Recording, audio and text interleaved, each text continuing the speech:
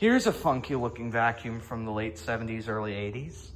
It's a Hoover Concept One with a cord rewind, which is a pretty cool feature with the button for its time. It's got a 2-speed motor, and I think I paid $5 for this at the Habitat for Humanity Restore in Kennebunk. So let's try it out.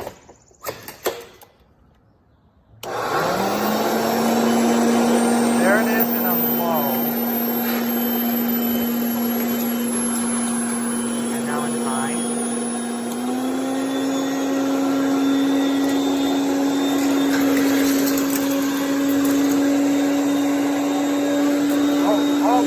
Uh-oh.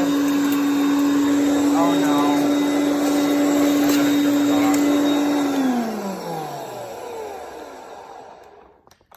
I think the belt just burned out on this one.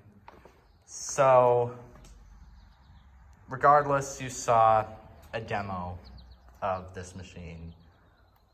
What surprises me is this actually uses Type A bags, which are the same kind used in the Elite style models. So, there you go. That was kind of embarrassing, to say the least.